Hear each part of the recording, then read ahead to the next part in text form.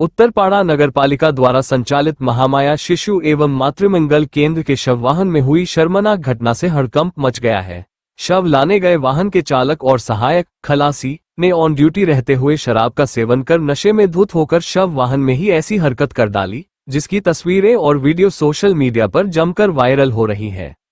मामला श्रीरामपुर वॉल्स अस्पताल से जुड़ा है, जहां देर रात शव लाने के लिए ये शव वाहन भेजा गया था। समय पर वाहन वापस न लौटने पर शक गहराया और कुछ घंटों बाद अस्पताल परिसर में ही शव वाहन लावारिस हालत में मिला। वायरल तस्वीरों में देखा गया कि चालक अपनी सीट पर उल्टा लेटा हुआ था, जबकि उसका सहायक शव ले जाने वाले ट्रे में बेहोश पड़ा था। वाहन की चाबी, यूनिफॉर्म और नगरपालिका का आई कार्ड सीट पर ही पड़ा था। दोनों को कई बार आवाज देने पर भी कोई प्रतिक्रिया नहीं मिली। इस गंभीर लापरवाही और अनुशासनहीनता पर विपक्षी दलों ने सरकार पर हमला तेज कर दिया है। আমরা এটা জানতে পেরেছি, দেখেছি, এটা আমাদের কাছে খুবই পেইনফুল। আমাদেরও এটা এক্সপেকটেশন ছিল না। তো কালকে এরকম একজন ড্রাইভার আর একজন হেল্পার প্রায় দুজন, একজন মারা গেছিলেন, তাকে নিয়ে শ্রীরামপুর ওয়ালস গেছিল। সেখান থেকে ফিরে মোস্ট প্রবাবলি শ্মশানে গেছিল, তবেই শ্মশানবাহী গাড়িটা শববাহী গাড়িটা গেছিল। তো ওরা এরকম অন ডিউটি অবস্থায় গাড়িটাকে ভেতরে না ঢুকিয়ে ইউনিফর্ম না ছেড়ে এরকম করেছে। তো আমরা এটা কর্তৃপক্ষকে জানিয়েছি, ওদের টার্মিনেট করা হয়েছে, ওরা আজকে থেকে আর কাজে যোগ দিচ্ছে না। অনেকটা রাত হয়ে যাচ্ছিল, গাড়িটা ঢুকে যাওয়ার কথা। যখন খোঁজ নিলাম গাড়িটা ঢুকছে না, তারপরেই আমরা এটা জানতে পারলাম যে এরকম দুজন অন ডিউটি অবস্থায় এরকম ড্রিঙ্ক করেছে, ড্রিঙ্ক করে যেটা করার কথা না সেটা করেছে। অনুনবী আমি হাসপাতালে হসপিটাল ম্যানেজার হিসেবে আছি। গতকাল মহামায়া স্বাস্থ্য কেন্দ্রে সবাই জানে চালক এবং সহকারী চালক যে ঘটনা ঘটিয়েছে, মন্দ অবস্থায় গাঁজা খেয়ে ওই সরকারি যে গাড়ি তার ভেতরে তারা ছিলেন, যে ছবি আমরা দেখেছি সোশ্যাল মিডিয়ার মধ্যে দিয়ে, অত্যন্ত আশঙ্কাজনক একটা ব্যাপার। আসলে গোটা রাজ্যেই তো একটা সংস্কৃতি কাজ করছে যে আমি সরকারি কাজ করা অবস্থায় সরকারি প্রতিষ্ঠানগুলোতে যা খুশি তাই করতে পারি। যদি তৃণমূল কংগ্রেস তাদের কোনো নেতার আশীর্বাদের হাত আমার মাথায় থাকে, আমায় কেউ কিচ্ছু করতে পারবে। মনোজিৎ মডেল গোটা পশ্চিমবাংলা জুড়ে আমরা দেখছি, সেই একই ব্যাপার যে আরজিকর থেকে কসবা ল কলেজ এবং মহামায়া যারা ঘটিয়েছে তারা পরিচিত তৃণমূল কর্মী।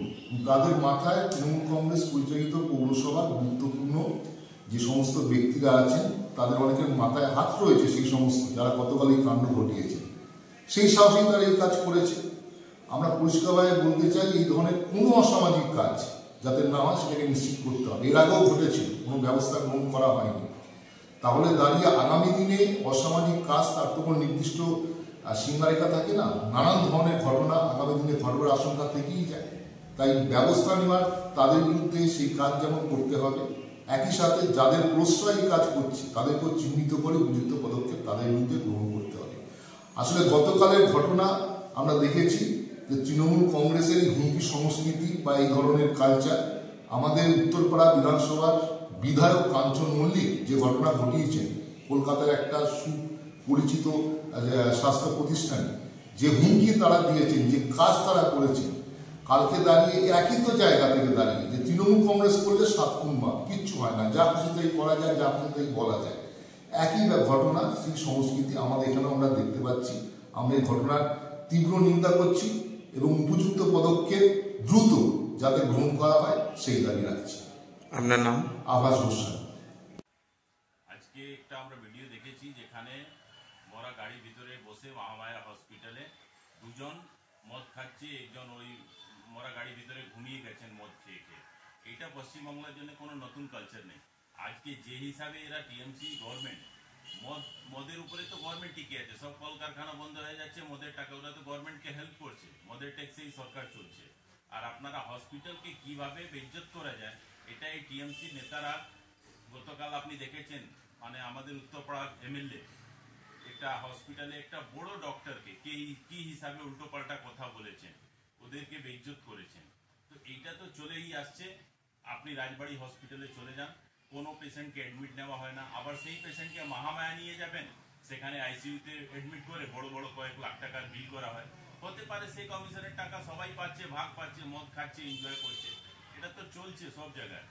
আর মহামায়া হসপিটালটা একটা মিউনিসিপ্যালিটি থেকে মানে পরিচালিত হসপিটাল, সেখানে এরকম হবে কেন ঘটনা?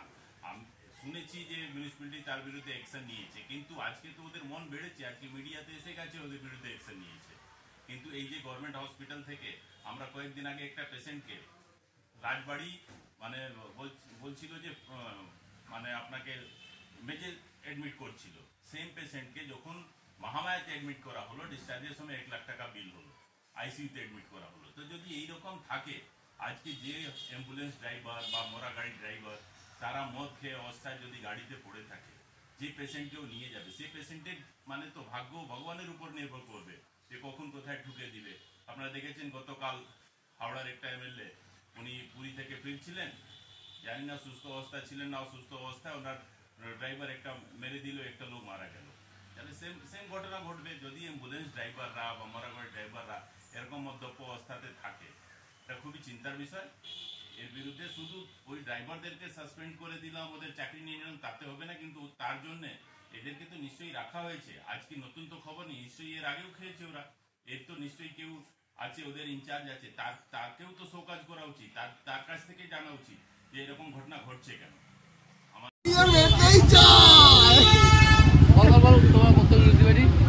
সামনে উত্তর মিশরি লেখা আছে, দিদি নিজের মেয়েকে চায়।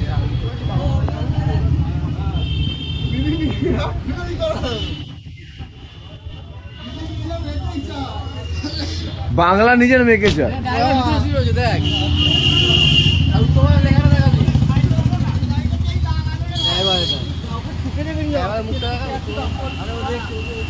জয় বাংলা, জয় বাংলা, দিদি নিজের মেয়েকে চায়। জয় বাংলা। কাকা মাথা, এই কাকা,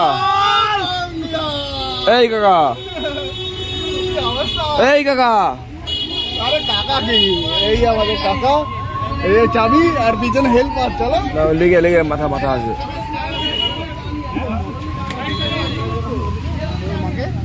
বাংলা নিজের মেয়েকেই চায়, অবশ্যই বাংলা নিজের মেয়েকে চায়, আর বাংলার মেয়ের সঙ্গে আমরাও থাকবো অবশ্যই।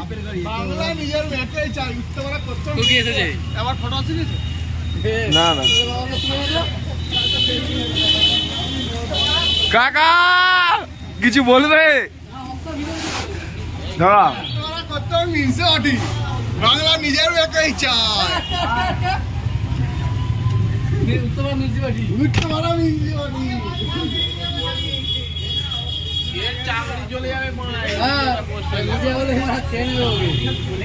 বাংলা নিজের মেয়েকে চায়, উত্তরপাড়াও নিজের মেয়েকে চায়। বলো